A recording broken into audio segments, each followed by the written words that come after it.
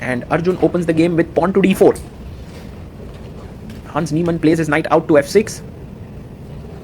And we have pawn to c4.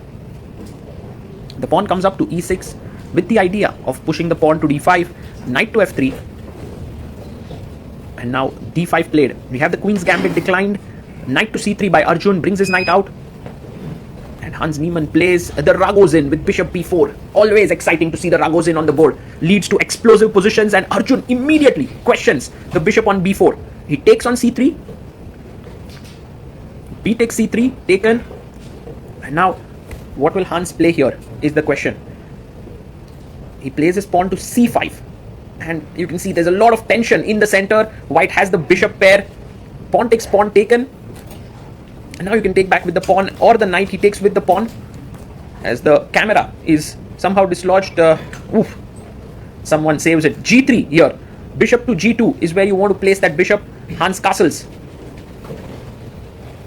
And now bishop comes out to g2. And this opening is very interesting because black gains space on the queen side with c4.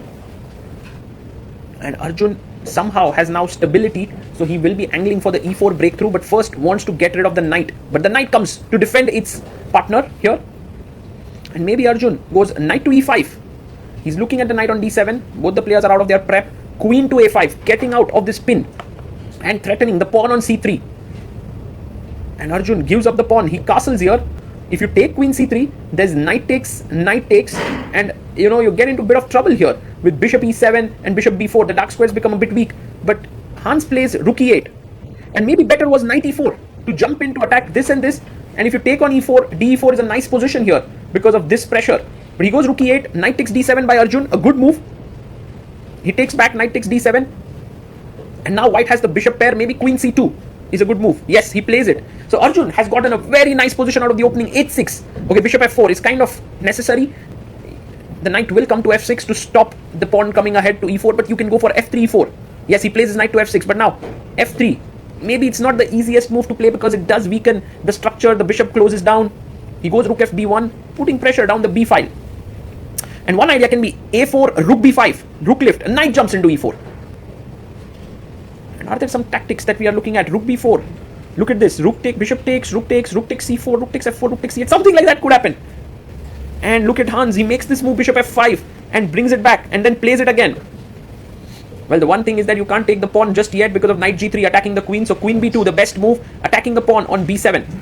And now if you play b6, then f3 is very strong. So he goes queen a6, the best move. But already Arjun is better. Now rook takes b7, there's knight takes c3. So a4 is the perfect move. Kind of gaining more space. If b6, there will be a5 coming up, rook a d8 played. And now it's time to kick the knight away with f3.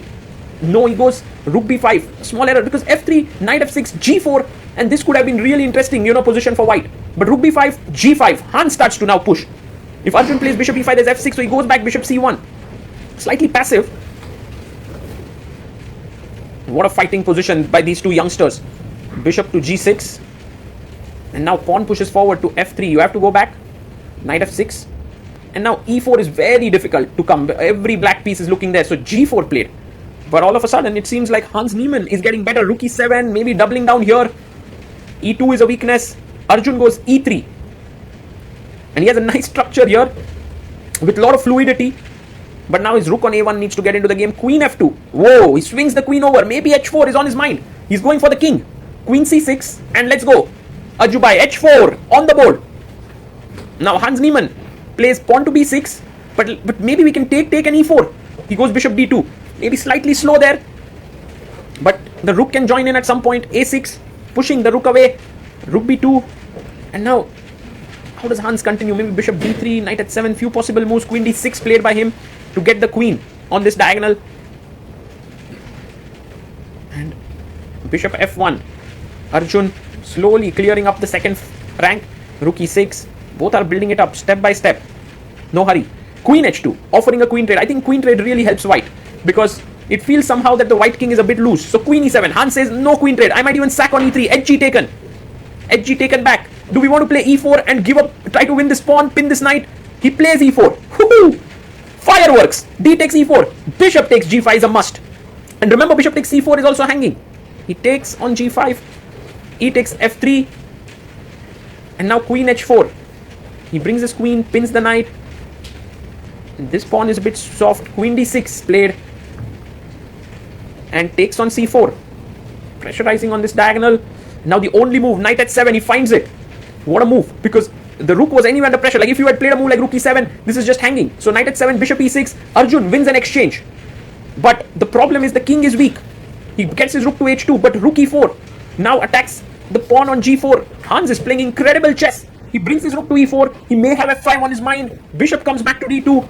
Maybe it's time to push f5. No, he goes queen d7. Both players down to their last few minutes. But move 40 is near. We are on move 38. King f2. If rook check, king takes f3. White is winning. So he takes on g4. And now queen h6 Arjun plays. Whose king is weaker? This or this? 40 moves done. Both players will get 30 extra minutes. Now, queen g3 check is a massive threat. You have to come back with the queen. There's no other way around it. He comes back, queen h3, attacks the rook. f5 maybe to defend the rook. And can we take queen f3 here? It's just dropping the rook. So can't do that. Rook h1, defending it. And now preparing to take the pawn. Hans Niemann jumps with his knight. Knight to f6. There's a check here, but the king comes up. There's no further improvement. So queen takes f3 taken by Arjun. And knight e4. By all means, this position can go in any direction. King e1. The rooks are coming in. But queen a3. Hans is coming from the other side. He has a knight, rook and a queen attacking. Arjun is surely under a lot of pressure. He goes queen h3. And he's telling Hans, now I have queen and rook coming. King f7. Hans moves his king up. Queen check. I mean, it's not a check. Queen a1 check now. Okay, king e2. A must move. Queen is attacked. Rook h7 is threatened. He gives a check, threatening to win the rook. King f3. What a game this is. What a beautiful game this is. Knight takes h1. Okay, you have to take rook h1. What else? You can't play rook h7 and give up your rook.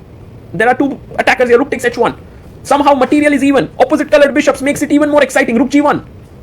And Arjun goes for check. Rook h7. Sacrificing his rook. Bishop takes. Queen takes. And this is going to end in a draw, I believe. King e6. He goes king f6. Queen h6 check. If you go rook g6, queen f8 would be disaster for black. So king goes to f7. And now queen h7. Somehow Arjun has managed to get a perpetual here. I mean, what a game by these two youngsters. They simply created magic on the board.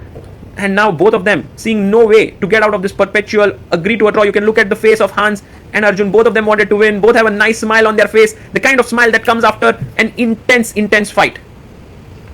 And I believe Hans and Arjun have this ability in them to play fiery chess. And kudos to both of them.